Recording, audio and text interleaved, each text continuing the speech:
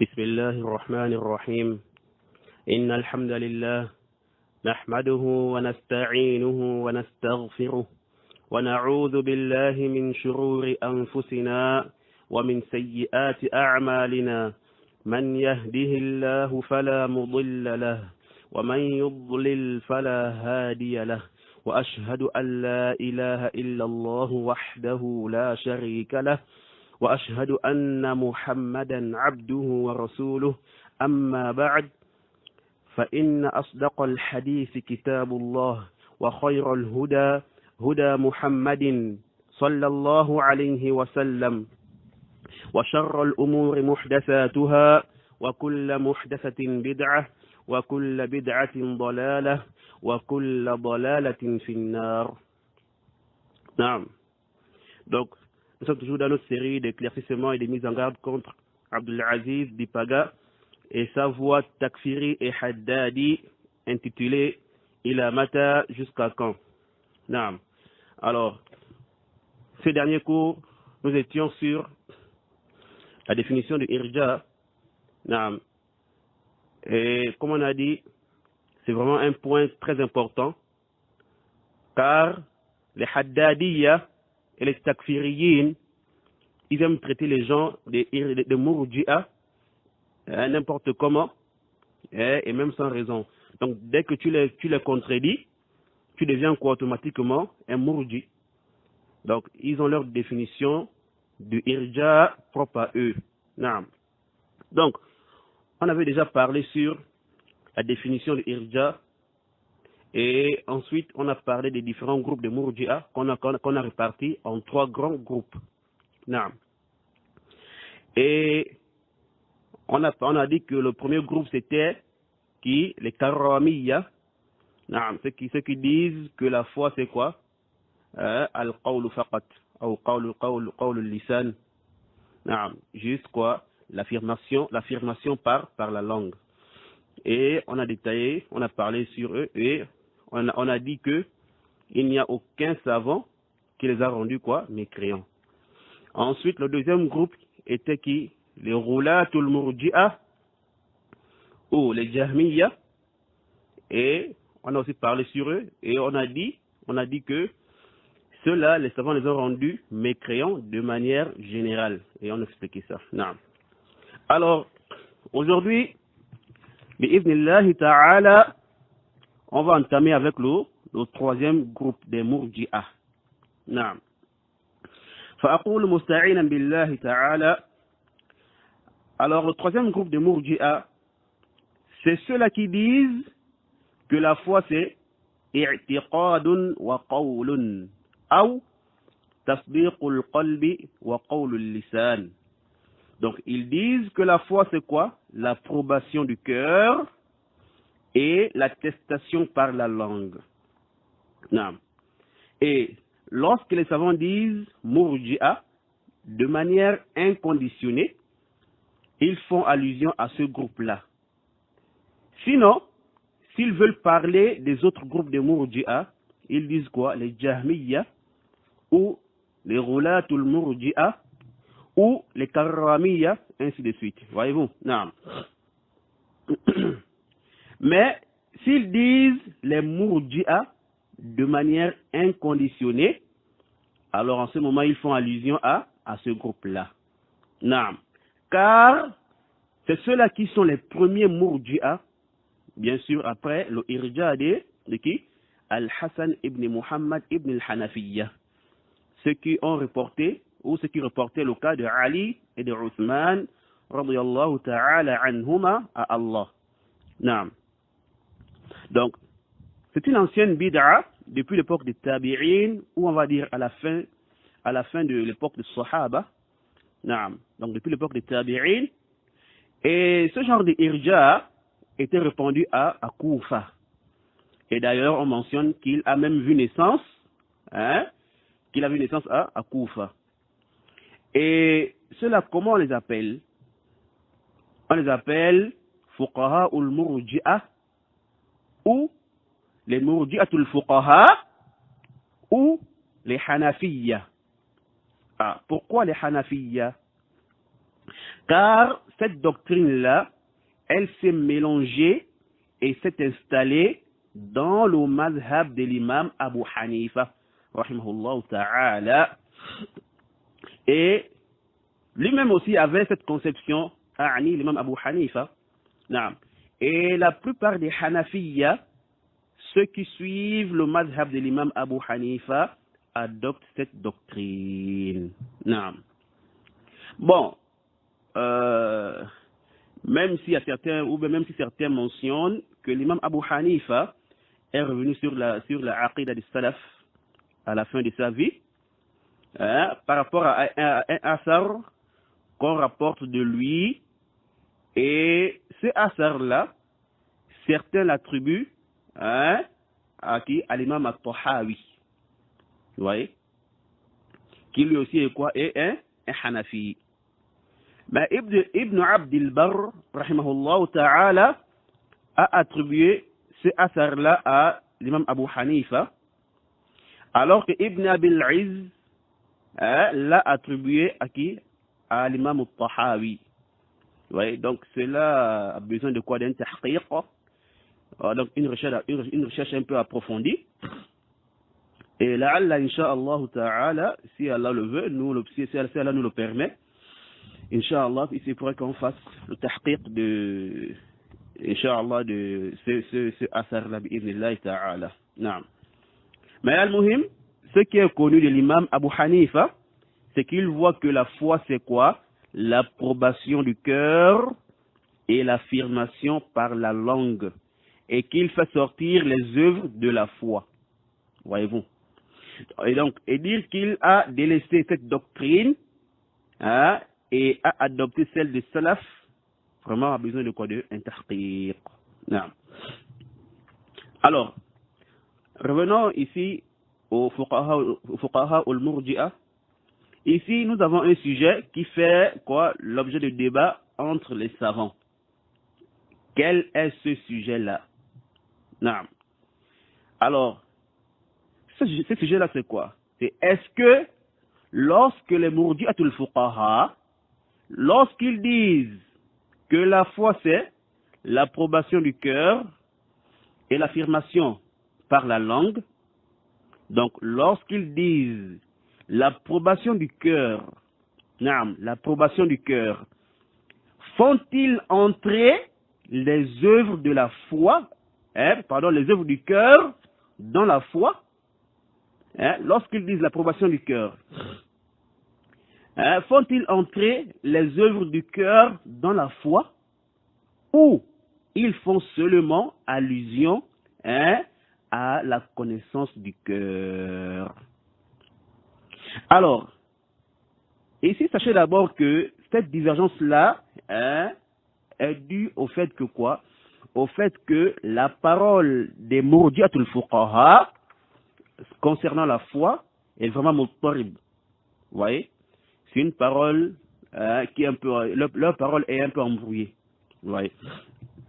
C'est pourquoi, d'ailleurs, le cheikh al-Islam a mentionné dans Al-Iman, à la page 183, il dit, je cite, Innahum إذا لم يدخلوا أعمال القلوب في الإيمان لزمهم قول جهم وإن أدخلوها في الإيمان لزمهم دخول أعمال الجوارح أيضا فإنها لازمة لها. Donc il dit quoi? Parlons de Murji'atul Fuqaha, il dit s'ils ne font pas entrer les œuvres du cœur dans la foi, alors la parole des Jahm leur incombe. Mais pourquoi il dit ça? Car comme on a vu chez Jahm ou chez les Jahmiya, ou chez Jahm et ses suiveurs, que la foi c'est juste la connaissance du cœur sans les œuvres du cœur et sans le reste. Vous voyez? Donc les œuvres apparentes et l'affirmation par la langue. Donc le cheikh nous fait comprendre ici quoi? Il nous fait comprendre que si les murji'atul fuqaha, s'il ne faut pas entrer les œuvres du cœur dans la foi, alors ils auraient dit comme on dit les Jahmiyyah, à la seule différence que les Murji'atul Fuqaha ont ajouté l'affirmation par la langue. Voyez-vous. Et quant aux œuvres apparentes, c'est tous les Murji'a et leurs différents groupes qui font sortir les œuvres de la foi. Non. C'est pourquoi il continue, il dit, mais si les Murji'atul Fuqaha, si les Murji'atul Fuqaha font entrer les œuvres du cœur dans la foi, alors il leur incombe de faire entrer aussi quoi? Les œuvres apparentes. Car elles sont rattachées ou reliées aux œuvres du cœur. Donc, que les œuvres du cœur impliquent normalement quoi? Les œuvres apparentes. Voyez-vous? Non. Et même si on peut trouver parfois quelqu'un qui a la foi, ou la certitude, ou l'amour pour une chose, mais il peut quoi? Il peut la délaisser par rapport à une cause. Mais cela ne veut pas dire qu'il n'aime pas la chose ou quoi, ou qu'il la déteste. Voyez-vous? Non. Par exemple, on voit des gens qui reconnaissent le caractère obligatoire de la zakat, mais par avarice, ils ne le font pas. Voyez-vous? On voit aussi des gens qui aiment le mois de Ramadan et ils le respectent. Et ils s'abstiennent de tout interdit dans ce mois. Ils reconnaissent que le jeûne est obligatoire. Le jeûne du mois de Ramadan est obligatoire. Mais ils ne jeûnent pas. Pourquoi? Par paresse ou négligence. Voyez-vous? Mais, comme on a dit, cela ne veut pas dire qu'ils ne reconnaissent pas dans leur cœur que cette chose est obligatoire. Voyez-vous? Non. Ensuite, le Cheikh al-Islam dit encore dans Al-Majmou', ou comme cela a été mentionné dans le Majmou', au tome 7, à la page 556. Il dit فإخراجهم العمل يشعر أنهم أخرجوا أعمال القلوب أيضا وهذا باطل قطعا فإن من صدق الرسول وأبغضه وعاداه بقلبه وبدنه فهو كافر قطعا بالضرورة وإن أدخلوا أعمال القلوب في الإيمان أخطأوا أيضا لامتناع قيام الإيمان بالقلب من غير حركة بدن نعم. Donc le cheikh dit ici, toujours en parlant des Murji'at al-Fuqaha, il dit le fait qu'ils font sortir les œuvres, donc les œuvres apparentes, donc ce fait-là montre quoi? Qu'ils font sortir les œuvres du cœur. Donc le fait qu'ils font sortir les œuvres du cœur, les œuvres apparentes, il dit que cela montre qu'ils font sortir les œuvres du cœur. Il dit, et ceci, donc expulser les œuvres du cœur, ceci est certainement nul. Car celui qui a cru au messager et le déteste et le combat avec son cœur, donc et le combat avec son cœur et son corps est certainement mécréant impérativement. Vous voyez? Donc, et il dit encore, et s'ils font entrer les œuvres du cœur dans la foi, alors ils auraient aussi commis une erreur, à cause du fait qu'il n'est pas possible que le cœur ait la foi sans aucun mouvement du corps. Vous voyez? Sans aucun mouvement du corps. Non. Donc, vous voyez ici que le cheikh, même ici, il ne dit pas une parole,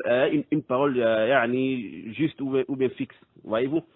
Mais qu'est-ce qu'il fait ici? Il suppose. Et par rapport à ça, il leur oblige telle chose par rapport à leur parole. Vous voyez? Non. C'est pourquoi, comme je disais, parce que la parole des Murji'a est un peu embrouillée. C'est leur parole. Vous voyez? C'est pourquoi on a un groupe de savants qui affirment avec certitude que les Fuqaha ou le Murji'a ne font pas entrer les œuvres du cœur dans la foi. Non. Et parmi eux, on a Ibn Hazm, rahimahullah ta'ala, il dit dans Al-Fisal fil Milal wal Ahwa'i wal Nihal, au tome 3, à la page 137 jusqu'à 138. Non. Il dit quoi? Je cite. Il dit وذهب قوم إلى أن الإيمان هو المعرفة بالقلب والإقرار باللسان معا فإذا عرف المرء بقلبه وأقر بلسانه فهو مسلم كامل الإيمان والإسلام وأن الأعمال لا تسمى إيمانا ولكنها شرائع الإيمان وهذا قول أبي حنيفة النعمان بن ثابت الفقيه وجماعة من الفقهاء. Donc ici Ibn Hazm, rahimahullah ta'ala, il dit quoi? Il dit certaines personnes sont parties dans la position qui dit que la foi c'est, ou certaines personnes ont eu à dire que la foi c'est la connaissance du cœur et l'affirmation de la langue, les deux ensemble. Et donc, si la personne connaît par son cœur et atteste par sa langue, alors elle est quoi? Elle est une musulmane ou elle est musulmane qui a une foi complète et un islam complet. Et que les œuvres ne sont pas appelées la foi. C'est-à-dire qu'on ne doit pas dire que les œuvres font partie de la foi. Donc, on ne entre pas dans la foi. Mais elles sont plutôt quoi? C'est-à-dire des shara'i ou l'iman. Donc, ici, on va dire quoi? Les législations de la foi. Bon, je sais pas trop ici à quoi il fait allusion. Je sais pas si réellement il parle de la législation de la foi. Je sais pas s'il fait allusion au Mabani al-Khamsa, ou il parle de toutes les œuvres. Allahu a'lam. Mais, on est à moins, il dit ici que il ne faut pas entrer les œuvres dans la foi. Et il dit, et ceci est la parole de qui? Abu Hanifa al-Nu'man ibn Thabit al-Faqih, le juriste consulte. Et c'est aussi la parole de qui? De un groupe de juristes consultes. Voyez-vous? Naam. Et on a aussi Abu al-Hasan al-Ash'ari, rahimahullah ta'ala, qui dit dans Maqalat al-Islamiyyin wa Ikhtilaf al-Musallin, au tome 1, à la page 119. Il dit الفرقة التاسعة من المرجئة أبو حنيفة وأصحابه يزعمون أن الإيمان المعرفة بالله والإقرار بالله والمعرفة بالرسول والإقرار بما جاء من عند الله في الجملة دون التفسير. نعم. Abul Hassan, rahimahullah, il dit, le 9e groupe de Murji'a, c'est qui dit Abu Hanifa et ses compagnons. Ils prétendent que la foi c'est connaître Allah, donc le connaître par le cœur, et approuver Allah, donc affirmer cela avec la langue, et connaître son messager et approuver tout ce qu'il a apporté venant d'Allah de manière générale, sans entrer dans la tafsir, sans rentrer dans les interprétations ou bien les détails, ou sans rentrer dans les interprétations ou les explications ou les détails. Et ensuite le Cheikh l'Islam aussi a confirmé cela lorsqu'il a expliqué le hadith de la yazni zani hina yazni wa huwa mu'min. Donc le hadith, il n'est pas croyant le fornicateur qui fornique au moment où il fornique. Donc il dit ça à la page 30. Il dit quoi? Il dit, je cite ici, il dit غلطت الجهمية, il dit ici il dit, excusez-moi, غلطت الجهمية والمرجئة فإنهم جعلوا الإيمان من باب القول. نعم، إما قول القلب الذي هو علمه أو معنى غير العلم عند من يقول بذلك، وهذا قول الجهمية ومن تبعهم كأكثر الأشعرية وبعض متأخر الحنفية. نعم. وإما قول القلب واللسان كالقول المشهور عن المرجئة، ولم يجعلوا عمل القلب مثل حب الله ورسوله ومثل خوف الله من الإيمان، فغلطوا في هذا الأصل. نعم. Alors, qu'est-ce que le Cheikh l'Islam nous dit ici? Sa parole est claire que les Murji'atul Fuqaha font sortir les œuvres du cœur de la foi. Non. Il dit, à partir de là, les Jahmiya et les Murji'a se sont trompés, car ils ont certes limité la foi au niveau de la parole. Soit la parole du cœur qui est sa connaissance, ou un autre sens autre que la connaissance chez ceux qui disent cela. Et ceci est la parole des Jahmiya et leurs suiveurs, comme les Ash'arites et certains parmi ceux qui sont venus après, parmi les Hanafites. Non. Soit la parole du cœur est celle de la langue, comme la parole qui est connue des Murji'a. Et nous avons dit que lorsqu'on dit les Murji'a de manière inconditionnée, qu'on faisait allusion aux Fuqaha. Et ici, il a même mentionné un indice qui montre qu'il parle de... Vous voyez. Donc le cheikh dit, soit la parole du cœur est celle de la langue, comme la parole qui est connue des Murji'a. Ils n'ont pas mis les œuvres du cœur comme l'amour d'Allah et de son messager, et comme la peur d'Allah, ils n'ont pas mis ces œuvres du cœur-là dans la foi. C'est-à-dire quoi? C'est-à-dire que chez eux, cela n'entre pas dans la foi. Donc les œuvres du cœur n'entrent pas dans la foi. Et le cheikh dit quoi? Il dit, ils se sont trompés sur cette base ou fondement. Voyez-vous? Donc ici, on tire comme profit de la parole du cheikh l'Islam que quoi? Que la parole des Fuqaha ou des Murji'atul Fuqaha correspond à celle des Jahmiya sur le fait d'expulser les œuvres du cœur de la foi, et que la connaissance du cœur suffit. Non. Sauf que les Murji'atul Fuqaha ont fait entrer la parole, donc l'affirmation par la langue, contrairement aux Jahmiya qui eux se sont limités à la connaissance du cœur. Non. Et on tire aussi comme profit de la parole du Cheikh l'Islam que tous les Murji'a ont restreint la foi à la parole. Vous voyez? Donc, l'affirmation, voyez, ou l'attestation. Non. Et qu'ensuite, après cet accord que la foi est parole, ils ont divergé. Voyez-vous? De quelle parole s'agit-elle? C'est-à-dire quoi? Tous les Murji'a sont unanimes, ou bien ils sont tombés d'accord que la foi, ou de définir la foi comme étant la parole. Mais après, ils ont divergé. De quelle parole s'agit-elle? Alors, les Jahmiya on dit que quoi? On dit que c'est la parole du cœur. Donc, il s'agit de quoi? Il s'agit de la parole du cœur. Donc, quoi? La connaissance du cœur. Et les Karramiya, eux, ils ont dit que c'est juste l'affirmation par la langue. Et les Fuqaha ou Murji'a ont regroupé les deux. Donc, ils ont dit que la foi, c'est la parole du cœur et celle de la langue. Voyez-vous? Non.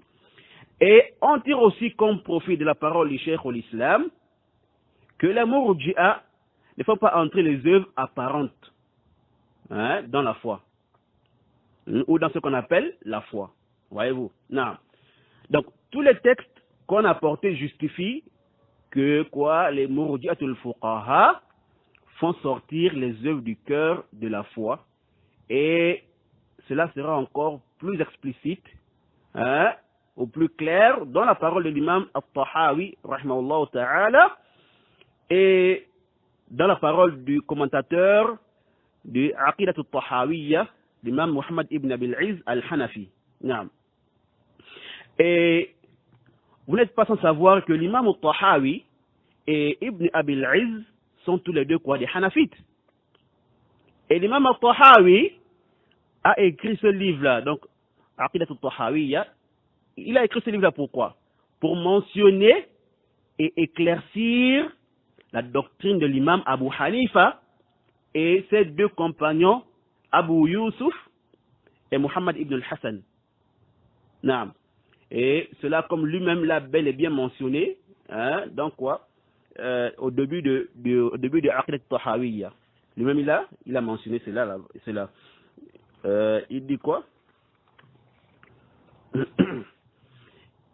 Il dit, à la page 3, il dit هذا ذكر بيان عقيدة أهل السنة هذا ذكر بيان عقيدة أهل السنة والجماعة على مذهب فقهاء الملة أبي حنيفة النعمان بن ثابت الكوفي وأبي يوسف يعقوب ابن إبراهيم الأنصاري وأبي عبد الله محمد بن الحسن الشيباني رضوان الله عليهم أجمعين وما يعتقدون من أصول الدين ويدينون به رب العالمين. نعم. Donc ici l'imam al-Tahawi rahimahullah ta'ala il nous dit quoi? Il dit ceci est l'énonciation de l'éclaircissement du dogme des gens de la sunna selon le madhab des juristes consultes de la religion. Abu Hanifa al-Nu'man ibn Thabit al-Kufi et Abi Yusuf Yaqub ibn Ibrahim al-Ansari et Abi Abdullah Muhammad ibn al-Hassan al-Shaybani, qu'Allah soit satisfait d'eux. Et ce qu'ils ont comme croyance des fondements de la religion et ceux par lesquels ils adorent le maître de l'univers, donc Allah. Et ensuite, après ça, il a directement commencé à citer quoi? Leur croyance. Donc, et à la page 14, il dit, donc l'imam al-Tahawi, il dit, toujours dans le Aqidat al-Tahawiyya, à la page 14, il dit quoi? وَنُحِبُّ أَصْحَابَ رَسُولِ اللَّهِ عَلَيْهِ السَّلَامِ وَلَا نُفْرِطُ فِي حُبِّ أَحَدٍ مِّنْهُمْ وَلَا نَتَبَرَّأُ مِنْ أَحَدٍ مِّنْهُمْ وَنُبْغِضُ مَنْ يُبْغِضُهُمْ وَبِغَيْرِ الْخَيْرِ يَذْكُرُهُمْ وَلَا نَذْكُرُهُمْ إِلَّا بِخَيْرٍ وَحُبُّهُمْ دِينٌ وَإِيمَانٌ وَإِحْسَانٌ وَبُغْضُهُمْ كُفْرٌ وَنِفَاقٌ وَطُغْيَانٌ. Ici, il faut bien faire attention à cette parole. وَحُبُّهُمْ دِينٌ وَإِيمَانٌ وإحسان يعني حب الصحابة وبغضهم كفر ونفاق وطغيان. Donc on va d'abord traduire la parole de l'imam al-Tahawi. Donc il dit ici, et nous aimons les compagnons du messager d'Allah sallallahu alayhi wa sallam. Naam. Et nous n'exagérons pas, naam. Et nous ne dépassons pas les limites, ou bien nous, naam, il dit ici, il dit, nous aimons les compagnons du messager d'Allah, sallallahu alayhi wa sallam. Et nous ne dépassons pas les limites, dans quoi? Dans leur amour, ou bien dans l'amour d'aucune personne parmi eux. Vous voyez? Naam. Et nous ne nous désavouons pas d'aucune personne parmi eux. Et nous détestons ceux qui les détestent et qui les mentionnent en mal. Et nous ne mentionnons que du bien d'eux, yani les Sahaba. Et les aimer est religion, foi et perfection. Et les détester est quoi? Mécréance, hypocrisie et rébellion ou transgression. Non. Donc ici, on voit clairement que l'imam al-Tahawi a fait entrer quoi? Les œuvres du cœur dans la foi lorsqu'il dit que les aimer, donc aimer les sahaba est religion, et foi, et perfection.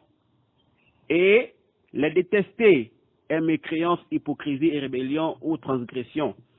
Alors, et il attribue ça, comme on a vu, à qui? À l'imam Abu Hanifa et ses compagnons, ou ses deux compagnons. Et cela nous prouve qu'il y a un groupe de Murji'atul Fuqaha qui font entrer les œuvres du cœur dans la foi.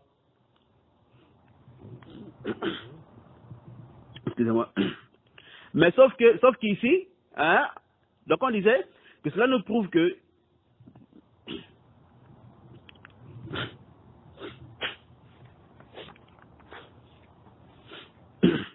donc on disait que cela nous prouve que hein, il y a un groupe de fuqaha ici qui font entrer les œuvres du cœur dans la foi.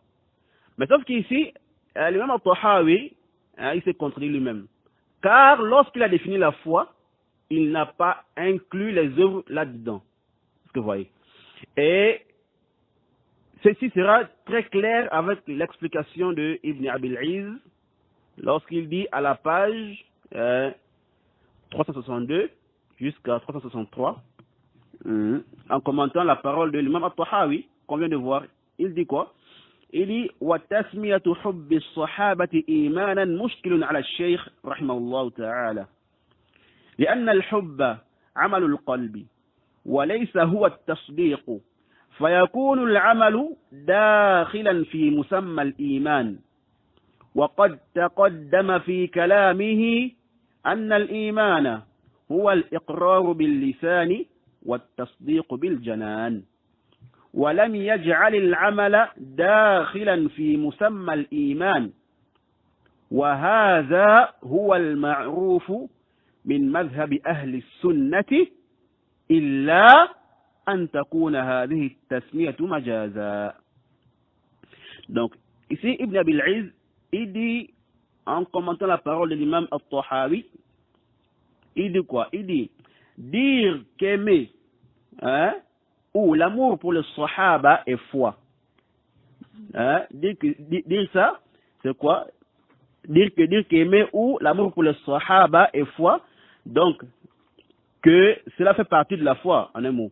Donc dire ça, il dit que ça cause problème par rapport à quoi? À la parole du cheikh. Quel cheikh? La parole de al-Tahawi. Non.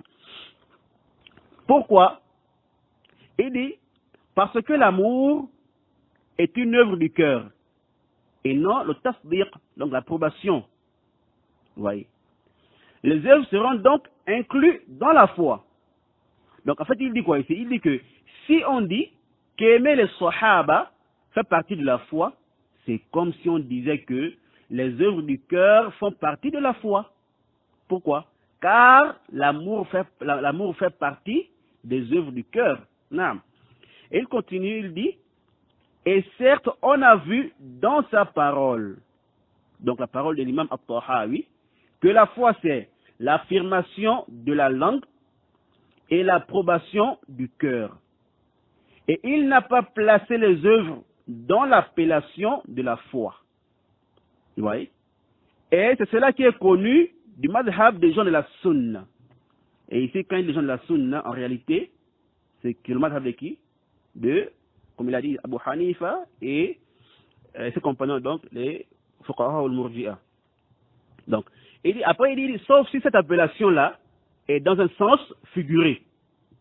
Donc il dit que, sauf si le fait de dire que les œuvres font partie, que les œuvres du cœur font partie de la foi, il dit, sauf si on dit ça, hein, sauf si on dit ça dans un sens figuré, mais pas en réalité. Ah, voyez-vous.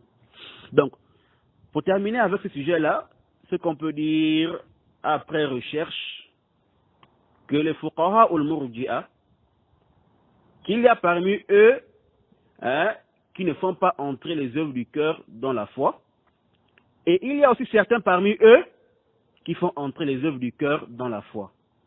Et comme on a vu avec la parole de Ibn Taymiyyah et de Tahawi, hein, donc Tahawi, et tout ceci nous prouve quoi? Qu'il y a quand même certains certains Murji'at al-Fuqaha qui font entrer les œuvres du cœur dans la foi.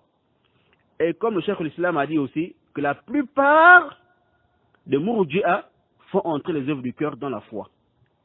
Et donc, il n'y a pas de doute que parmi ce groupe-là, on peut trouver certains parmi les Fuqaha. Fuqaha al-Murji'a. Vous voyez? Non. Et concernant les œuvres apparentes, il n'y a point de doute que tous les Murji'a ne font pas entrer les œuvres apparentes dans la foi. Et qu'ils sont tous unanimes que la foi c'est la parole. Mais après ils ont divergé, comme on a vu. Mais ce qu'il y a lieu de mentionner ici, c'est que les Fuqaha ou les Murji'a, bien qu'ils ne font pas entrer les œuvres dans la foi, mais ils disent qu'accomplir les obligations et de laisser les interdits sont quoi? Sont obligatoires. Donc ici leur parole là correspond à celle des salaf, qu'il faut quoi? Impérativement les œuvres. Mais sauf que ils voient l'obligation d'œuvrer, mais que cela n'entre pas dans la foi. Il y a une différence. Pour eux, ils voient qu'il faut œuvrer, mais sauf que ça n'entre pas dans la foi. En fait, ça n'a pas d'impact sur la foi, que tu œuvres ou pas. Vous voyez? Donc, et ils disent que les œuvres sont quoi? Sont le fruit de la foi. Donc, que cela est le fruit de la foi. Donc, chez eux, celui qui atteste par la langue et affirme par son cœur et ne fait aucune œuvre apparente, comme la prière, le jeûne et autres, que ces deux-là, parmi les œuvres apparentes, donc celui-là est donc quoi? Incroyant, et même un croyant qui a une foi complète. Vous voyez? Et il n'y a pas de différence entre lui et celui qui fait les œuvres apparentes. Non. Mais ils disent que celui qui délaisse les œuvres apparentes peut être quoi? Châtié, ou il mérite d'être châtié. Yawm al-Qiyamah. Non. Pourquoi? À cause de son délaissement des œuvres, et qu'il mérite d'être blâmé. Mais malgré tout cela, sa foi est quoi? Complète. Tant qu'il a amené l'approbation du cœur et l'affirmation par la langue. Et ce délaissement-là, ça n'a aucun impact sur sa foi. Vous voyez? Non. Et qu'est-ce qui les a amenés à faire sortir les œuvres apparentes de la foi? Alors qu'ils voient l'obligation des œuvres. Ou bien ils voient qu'il est obligatoire d'œuvrer. Mais ils disent que quoi? Ça n'entre pas dans la foi. Qu'est-ce qui les a amenés à dire cela? Alors c'est parce que ils ont été quoi? Ils ont été impactés et influencés par l'ambiguïté des Murji'a, des Khawarij. Des Khawarij, naam. Et quelle est cette ambiguïté-là? C'est ce que le Cheikh l'Islam a dit dans Al-Majmou', ou comme cela a été mentionné dans Al-Majmou', au tome 12, à la page 471. Non. Il dit quoi? Il dit قالوا لأنه لو دخلت فيه الواجبات العملية. نعم. لأنه لو دخلت فيه الواجبات العملية لخرج منه من لم يأت بها كما قالت الخوارج. Donc le cheikh nous dit ici quoi? Il dit, ils ont dit, donc les fuqaha ou le murji'a, ils ont dit que si l'obligation des œuvres entre dans la foi, ou disons les murji'a, si l'obligation des œuvres entre dans la foi, cela impliquerait que celui qui ne fait pas les œuvres obligatoires, il sortirait de la foi. Donc il ne serait pas croyant. Vous voyez? Et on a dit qu'on parle des murji'a, ici on parle des fuqaha. Donc ils disent quoi? Que ils ont dit que si l'obligation des œuvres entre dans la foi, cela impliquerait que celui qui ne fait pas les œuvres obligatoires, disons, il sortira de la foi, donc il ne sera pas croyant. Et il dit qu'ils ont dit comme on dit qui les Khawarij. Voyez-vous. Donc, vous voyez que c'est à cause de cette ambiguïté-là qu'ils n'ont pas fait entrer les œuvres dans la foi. Et c'est comme a dit aussi le Cheikh l'Islam, que leur but est de rendre tous les gens de la Qibla croyants. Ouais. Ensuite, on passe à un autre point.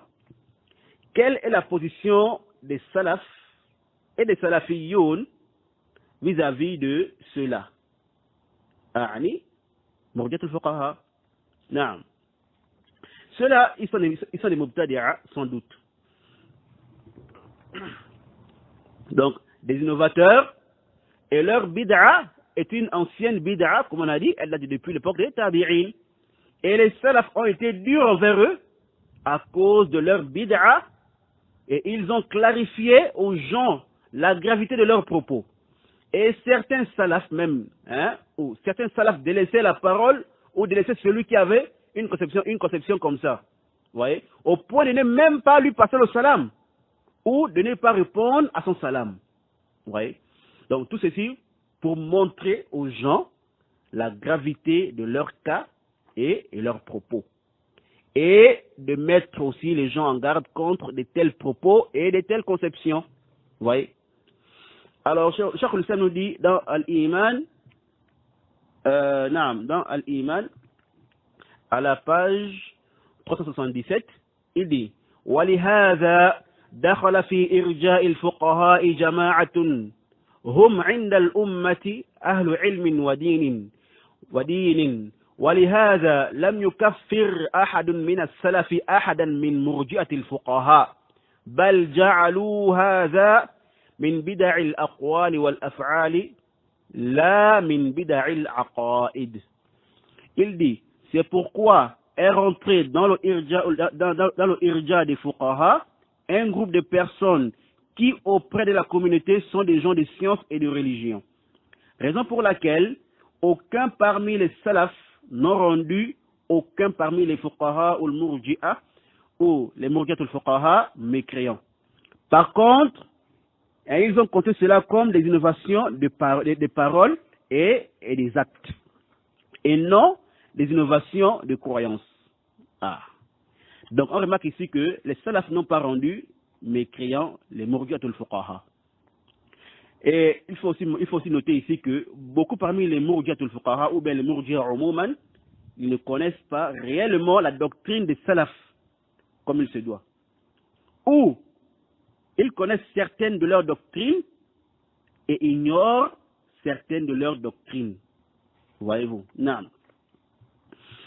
Ensuite, si on compare la bid'a de ceux-là à celle des autres sectes, on verra que leur bid'a est inférieure à celle des autres sectes et qu'ils sont les plus proches des gens de la sunna. Par rapport à quoi? Par rapport aux autres sectes. C'est pourquoi les salafs, ils sont unanimes sur le fait de ne rendre aucune personne parmi les fuqaha al-murji'a mécréante. Et celui qui pense ou dit qu'il y a des salafs qui ont rendu cela mécréant, il s'est certes trompé et a menti sur eux. C'est pourquoi le Cheikh al-Islam nous dit dans le Majmou' au tome 7, à la page 507, non, à la page 507, il dit quoi?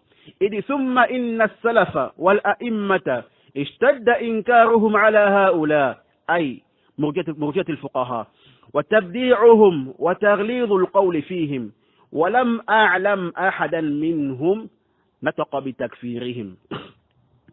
Cheikh dit quoi? Il dit ولم أعلم أحدا منهم نطق بتكفيرهم بل هم متفقون على أنهم لا يكفرون في ذلك وقد نص أحمد وغيره من الأئمة على عدم تكفير هؤلاء المرجئة. نعم. ومن نقل عن أحمد أو غيره من الأئمة تكفيرا لهؤلاء أو جعل هؤلاء من أهل البدع المتنازع في تكفيرهم فقد غلط غلطا عظيما.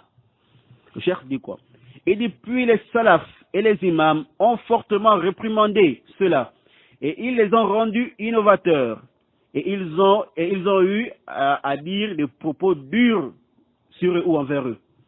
Et il dit, je ne connais aucun parmi eux, donc parmi les salafs et les imams, je ne connais aucun parmi eux qui a prononcé leur takfir, donc les rendre mécréants. Par contre, ils sont tous unanimes sur le fait qu'on ne doit pas rendre les fuqaha al-murji'a mécréants à cause de ça. Donc à cause de quoi? À cause de leurs propos. Vous voyez? Et l'imam Ahmad, bon, le cheikh continue, il dit, et l'imam Ahmad et autres que lui ont certes mentionné le fait de ne pas rendre ces murji'a là mécréants. Donc qui? Les fuqaha al-murji'a. Et quiconque rapporte d'après Ahmad ou autre que lui, parmi les imams, le fait de rendre ceux-là mécréants, ou de mettre ceux-là avec les gens de l'innovation, ou de mettre ceux-là avec les gens de l'innovation dont on diverge dans leur mécréance, il dit quoi? Il dit, il s'est certes gravement trompé.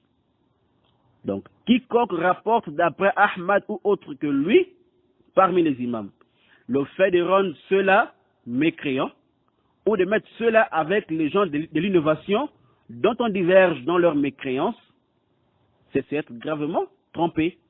Voyez-vous. Donc si on comprend clairement que personne n'a rendu les murji'a al-fuqaha mécréants, bien que les salafs les rendent innovateurs, et comme on a dit, que ceux-là sont les plus proches des gens de la sunna. Et il y a même certains savants qui les comptent comme des gens de la sunna, car ils ont correspondu aux gens de la sunna dans plusieurs points. Vous voyez, dans plusieurs points. Et ils ont contredit aussi les gens de la sunna dans certains points. C'est pourquoi vous verrez que les savants divergent. Est-ce que la divergence entre les gens de la sunna et ceux-là, fuqaha al-murji'a, est-ce que c'est une vraie divergence ou c'est juste une divergence terminologique? Vous voyez.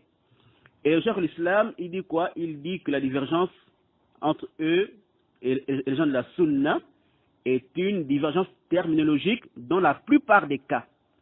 Et qu'ils n'ont contredit les gens de la sunna que dans peu de sujets, contrairement aux autres sectes. Mais, ce qui est juste, wallahu a'lam, c'est que même si la divergence est une divergence terminologique, dans certains cas, mais la divergence entre deux groupes est aussi quoi? Une divergence réelle dans certains sujets, comme par exemple la question du takfir et le fait d'accepter dans la foi, et que la foi n'augmente pas et ne baisse pas, et aussi certains versets et hadiths qu'ils contredisent. Voyez-vous? Naam. Ensuite, pour terminer ici, sachez qu'il a été rapporté de l'imam Abu Hanifa et certains de ses compagnons, et autres que parmi les fuqaha al-murji'a, qu'ils mettent en garde contre le irja,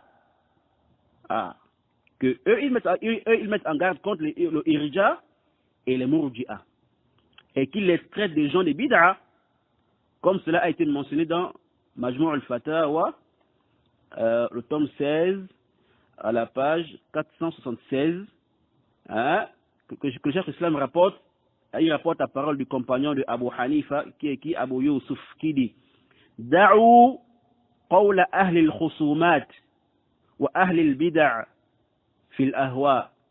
Da'u qawla ahli al-khusumat wa ahli al-bid'a fi al-ahwa. Min al-murji'ati wal-rafidah wal-zaydiyah wal-mushabbihah wal-shi'ah wal-khawarij wal-qadariyah wal-mu'tazilah wal-jahmiyah. Donc, Abu Yusuf dit quoi ici? C'est ce qu'a dit le cheikh de l'islam, qu'il dit de laisser les propos des gens de la polémique et les gens de l'innovation dans les passions. Donc, de laisser les dans leurs passions. Et qui sont ces gens-là, les gens de la polémique en question et les gens de l'innovation? Il dit, parmi les murji'a et les rafidah et les zaydiyya et les mushabbiha et les shi'a et les khawarij et les qadariyya et les mu'tazila et les jahmiyya. Vous voyez? Et ici c'est gharib, yani. quand on entend ça, on peut être étonné d'entendre que certains Mourji'a mettent en garde contre les Mourji'a, hein, ou contre le Irja, alors qu'eux-mêmes sont des Mourji'a. Mais la question qu'il faut se poser ici, c'est quoi? C'est que qui sont ces Mourji'a-là que ceux-là mettent en garde contre eux?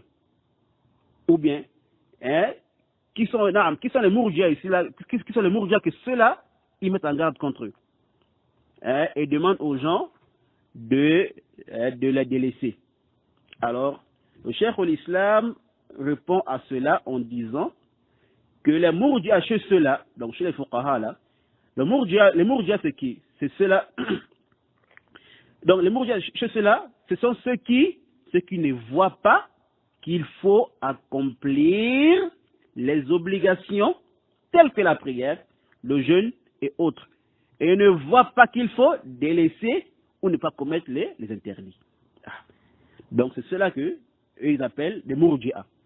Car comme on a vu que les Mourji'a c'est le Fuqaha, et ils voient que tout ceci n'entre pas dans la foi. Malgré qu'ils voient l'obligation de faire les œuvres et de délaisser les interdits. Mais ils disent quoi? Que ça n'entre pas dans la foi. Voyez-vous? Non. Je pense qu'on va s'arrêter ici.